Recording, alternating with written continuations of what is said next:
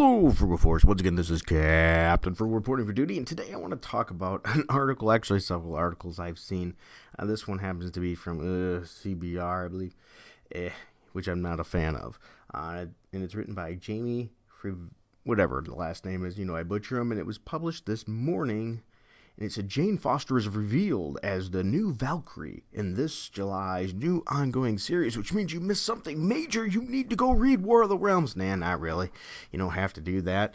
I don't think to get the gist of what's going on here, it seems rather simple. Marvel using the shifting of character names and everything to make someone appeal, and I have mixed feelings about this. It says not much has been revealed about the new Valkyrie series from writers Jason Aaron and Al Ewing. Jason Aaron's writing lately has not been inspiring me to read Thor and things that much.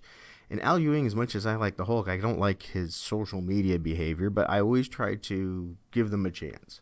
It says, so anyway, since it's first announced at the Chicago Comic-Con and Entertainment Expo until now, but before going any further, be advised that this post contains spoilers for this week's War of the Realms #2 that you probably won't be reading anyway.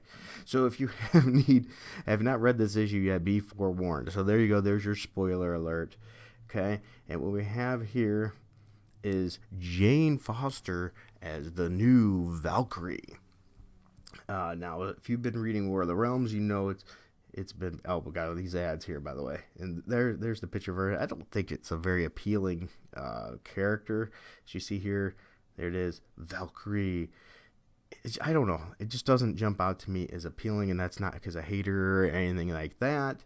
I have mixed feelings on this. I think it's one of those to give a chance and see what happens, but I do have some instant things that make me scratch my head and go, oh, this could be problematic.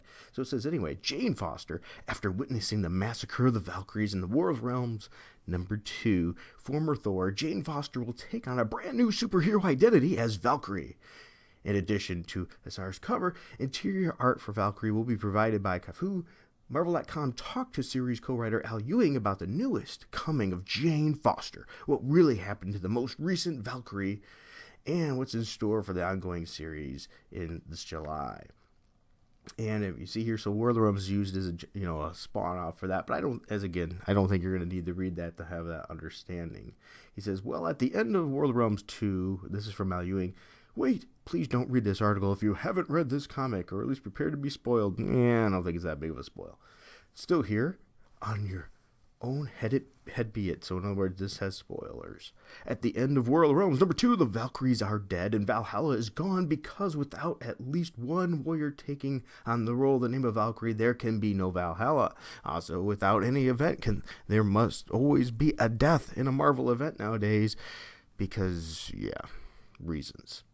So anyway, it says, and obviously the fact that we have a new Valkyrie comic coming out means that someone does take up the mantle, and it's someone a lot of readers have been waiting to see in action again, Jane Foster. So this might be a nice way, as long as it isn't complete SJW, feminist crap. But then when I start thinking about it and reading it more, I start to just have my concerns, and they start jumping out. Once again, I'll get to that in a moment. So Marvel.com says, what is the difference about Jane Foster's Valkyrie that you can tell us? And here we go. Al Ewing says, it's not like the old Valkyrie. Brunhild is available for consultation occasionally, but she no longer belongs to the world of the living. So Jane's mostly on her own. Well, we sort of seen that with Thunderstrike in the past, but okay. That said, she does have something not seen before in the world of Asgard. And she has this underyarn, I don't know how to pronounce that. The all weapon, underyarn, I think, who knows. Anyway, forged in the fires of the war realm, that, here's the kicker, that can change its shape and be whatever the wielder needs, including wings. In other words, the Mary Sue. Because, you can pull this thing out. This will be the Mary Sue character, evidently, it looks like.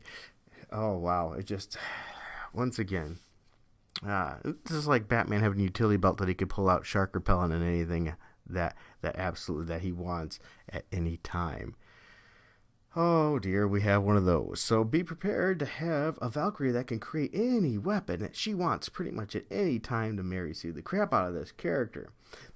So Al Ewing says, there's a line in Valkyrie #1. Thor is a god, Valkyrie is a job. Jane knows how to be Thor, but the role of Valkyrie, the warrior who fights for the living and the dead, and stands between them both is a very different beast. Because, she has to be better than Thor, of course, right? Because Thor's only a god, so she has to be a god. And now this is a job showing that, she knows how to be a god, but can she handle a job? I don't know. It's a different spin on it, and who knows, it could be very good. It could take us into some great, interesting territories.